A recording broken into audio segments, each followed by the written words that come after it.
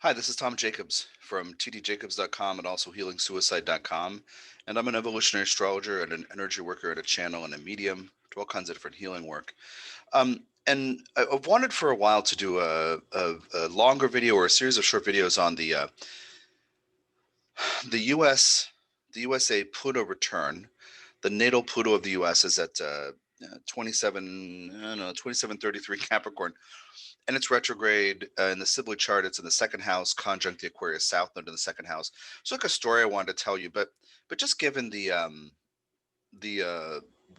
quote storming of the Capitol here in the U.S. yesterday and all that kind of stuff, and calls for Trump's resignation or ouster or whatever, I just want to give you like a bullet point list of things to think about regarding this time in U.S. history, regarding the Pluto return.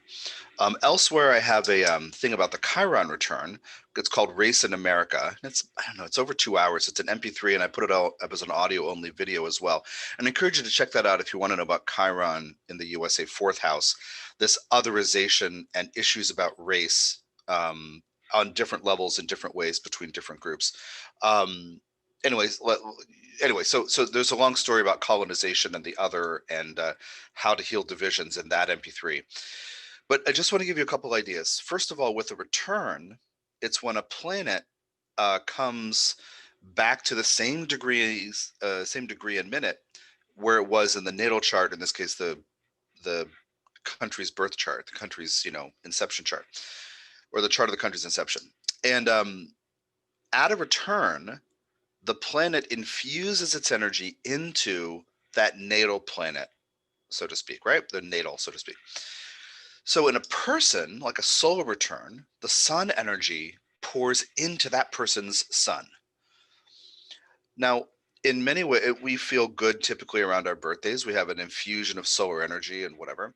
But in a certain way, regarding all returns, that's a moment of making a decision about how you're going to proceed. Whether it feels good or bad, the moment of a return is kind of like, the end of a previous chapter and the beginning of a new chapter regarding that energy.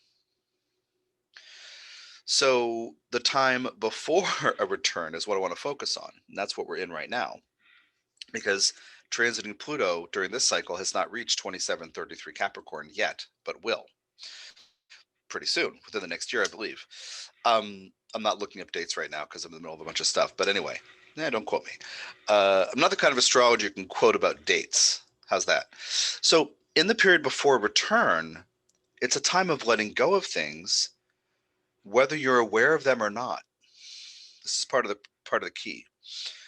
With Pluto, issues about what we think power is and isn't. There are so many things that I could list about social, political issues in the US right now that are simmering or boiling. There's so many issues. What power is? Where does power come from? Who should be in power? All these questions about the electoral college versus people's votes actually counting in a presidential election. The death knell, the death spiral of the Republican Party, which is known for a long time that they're the minority population in the country. Their political views represent the minority of the people. So, for example, without the electoral college, Republicans couldn't win the presidency because they're in the minority.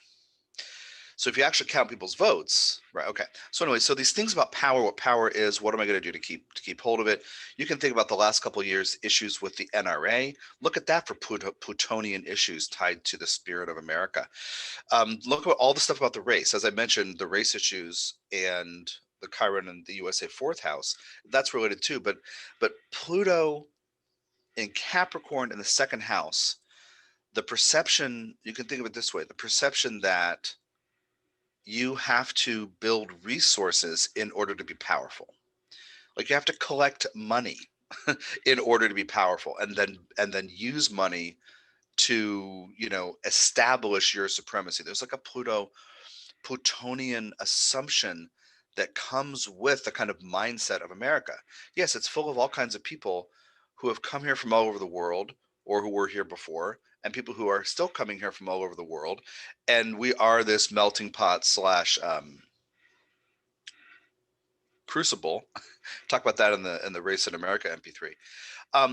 But there's a thing about the, so to speak, spirit of the nation, like the inception chart of the nation, which has this overemphasis on assumptions about what power is.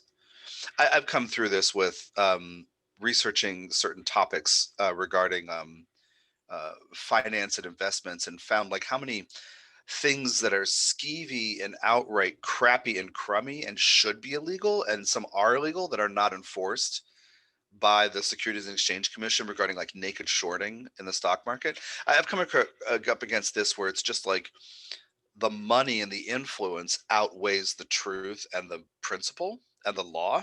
Anyway, so we have all that stuff going. Okay, I don't want to talk about any of those particulars. Sorry, my eyes watering. What I want to get at is the bubbling and the simmering and the rising to the surface of all kinds of Plutonian difficulties is a hallmark of right before the Pluto return. At the return, certain decisions can be made by individuals and collectives. But in this time now, we're getting this essentially chaotic stirring up of all of our shadow crap. So regardless of who somebody might, for example, blame for the storming of the Capitol, that insurrection that is being called, regardless of where you think that comes from, it's the revelation of a shadow. It's the coming out from under the bed of a shadow, right? And this idea and these feelings come out under the bed and dust themselves off from dust bunnies and cobwebs and spider webs, and say, I have the right to be heard. Our grievances matter, even if it's based on a lie, because they're listening to liars and they put their faith in liars, right? Again, more shadow stuff. So we're seeing all kinds of shadow material reveal itself. Race and power, money and power. I mean, I would count the Me Too stuff, sex and power, sexual harassment, all that stuff is part of this process. So when you think, like if you think outside of astrology, you might think about, you know, progress, as this arc of this inevitable arc toward progress, and how well heck, we had a black president with President Obama. Surely we've made some progress.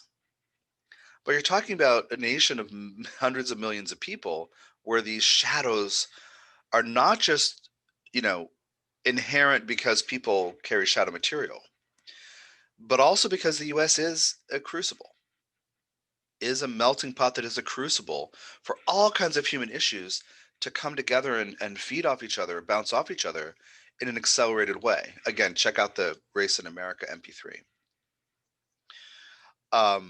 One of the human lives of the ascended master that I channel, Hermes, Judy, Thoth, Saint Germain, Merlin.